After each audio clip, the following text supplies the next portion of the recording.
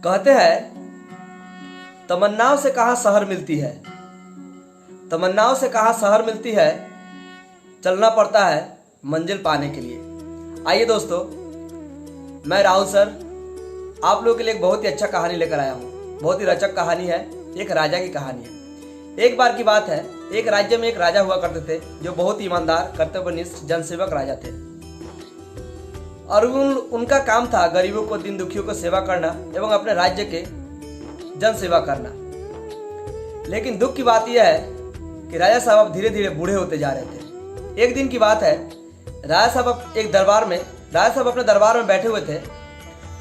उन्होंने मंत्रियों से कहा कि मंत्री जी, मेरे मरने के बाद इस राज्य का राजा कैसा होना चाहिए। एक मंत्री ने कहा कि महाराज आप ही के जैसा होना चाहिए। तो बोले, तो मैं किसको राजा बनाऊं। मंत्री बोले कि आपके तो इतने सारे पुत्र हैं, इतने सारे आपके दरबार में मंत्रीगण हैं, बुद्धिजीवी व्यक्ति है, कर्तव्यनिष्ठ है, जनसेवक करने वाले भी हैं, आप इन्हीं में से किसी को राजा क्यों नहीं चुनते। राजा साहब ने कहा, मैं चाहूं तो अपने पुत्र को या दरबार में बैठे मंत्रियों में से किसी को भी राजा चुन सकता हूं, लेकिन मैं चाहता हूं कि मेरे राज्य का राजा एक बुद्धिमान, ईमानदार, कर्तव्यनिष्ठ व्यक्ति हो और मैं जिसे राजा चुनूं वो परीक्षा द्वारा चुना जाए। तो मंत्री ने कहा, ठीक है महाराज, आप बताइए क्या आदेश है। राजा साहब ने कहा, पूरे राज्य में ढोल पिटवा दीजिए कि इस राज्य का राजा चुना जाएगा। ऐसा ही हुआ, मंत्री ने आदेश जारी करवाया। अगले ही दिन पूरे राज्य से बहुत सारे लोग, बहुत सारे लड़के, नवयुवक सभी कोई पहुंचे राजा के दरबार में। उन लोगों में एक लड़का भी था जो बहुत ही गरीब परिवार से था। उन्होंने अपने माँ से कहा कि माँ, मुझे भी राजा बनना है, मैं भी चाहता हूँ राजा बनने के लिए, मैं भी जाऊँगा राजा के दरबार में। उसके माँ ने कहा कि हम लोग तो बहुत ही गरीब है, हम लोग के भाग में कहाँ राजा। गरीब इंसान ये सब नहीं सोचते। उस लड़के ने जिद करने लगा। उन्होंने कहा, नहीं माँ, इस परीक्षा में मैं भी भाग लूंगा। बहुत जिद करने के बाद उसके माँ ने कहा, ठीक है जाओ, तब तुम्हारी जब यही इच्छा है। वो लड़का पैदल ही चल पड़ा राजा के दरबार में। वो भी पहुंचा राजा के दरबार में। जैसे सब कोई पहुंच गए, मंत्री ने कहा, महाराज आपके राज्य से सभी कोई आ गए हैं, आप कैसी परीक्षा लेना चाहते हैं अगले राजा के लिए। राजा साहब ने कहा, बहुत ही सरल है, मैं सब किसी को बीज दूंगा और इस बीज को जो भी व्यक्ति गमले में बढ़िया से उगाकर उसमें फूल बहुत ही सुंदर पेड़ के साथ लेकर आएंगे, मैं उसे ही अपने राज्य का अगला राजा चुनूंगा। ठीक ऐसे ही हुआ।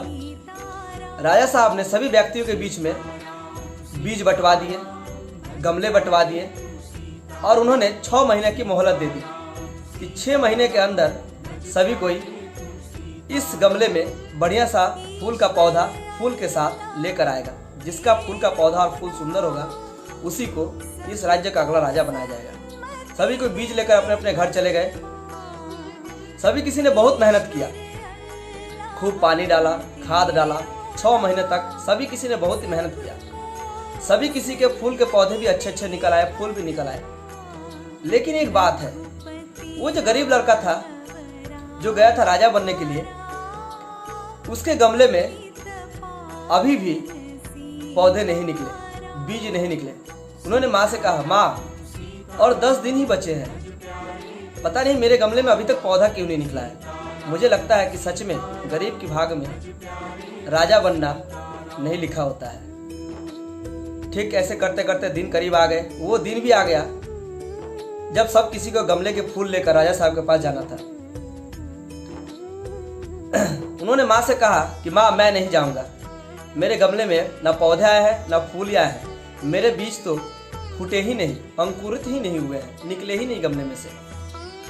उसके माँ ने कहा, निकला नहीं तो क्या हुआ, तुमने ईमानदारी से मेहनत किया, तुमने 6 महीने इसमें खाद डाला, पानी डाला, रोज सुबह उठ के इसकी सेवा की, तुम्हें भी ये खाली गमला लेकर जाना चाहिए राजा साहब के पास, पता नहीं कहाँ भाग्य खुल जाए। वो लड़का ने कहा कि नहीं माँ, मैं नहीं जाऊंगा। माँ ने समझाया कि तुम्हें जाना चाहिए, तुमने जिद किया तो मैंने तुम्हें जाने दिया था। अब मैं तुमसे ये अनुरोध करता हूँ कि तुम राजा साहब के पास ये खाली गमला ही लेकर जाओ। उस लड़के ने माँ की बात मानी और राजा साहब के पास खाली गमले लेकर ही चला गया। राजा साहब के पास पहुंचने के बाद राजा साहब बहुत ही खुश हुए। उनके दरबार में पूरा के पूरा फूल के पौधे और फूलों से भरे हुए गमले थे। राजा साहब ये जब देखे तो वो खुश हो गए। वे घूम घूम कर चारों तरफ देख रहे थे कितने अच्छे अच्छे फूल और फूल के पौधे रखे हुए हैं। जब वो पूरे घूमने लगे तो उन्होंने देखा कि एक गमला ऐसा भी था जिसमें से न पेड़ निकला था न फूल निकला था। वो गमला ऐसी का ऐसे ही था, सिर्फ मिट्टी भरा हुआ था। उस गरीब लड़के ने राजा साहब के सामने हाथ जोड़ लिया कि महाराज, आपने जो बीज दिया था उस बीज को मैं गमले में डाला। 6 महीना तक मैंने मेहनत किया, पानी डाला, खाद डाला, परंतु इस गमले में से वो बीज का ना अंकुर निकला, ना ही पौधा निकला, ना ही फूल निकला। महाराज, मुझसे ये नहीं हो पाया और लगता है मैं इस देश का राजा नहीं बन पाऊंगा। महाराज बोले, ऐसी बात नहीं है। ये तो सही है कि सब किसी ने अपने अपने गमले में अच्छे फूल, अच्छे पौधे लेकर आए हैं, लेकिन मैं ये आज ऐलान करना चाहता हूं इस दरबार में कि मैंने इन सारी बीजों में एक ऐसा भी बीज दिया था, एक ऐसा बीज दिया था जो बीज बंजर था।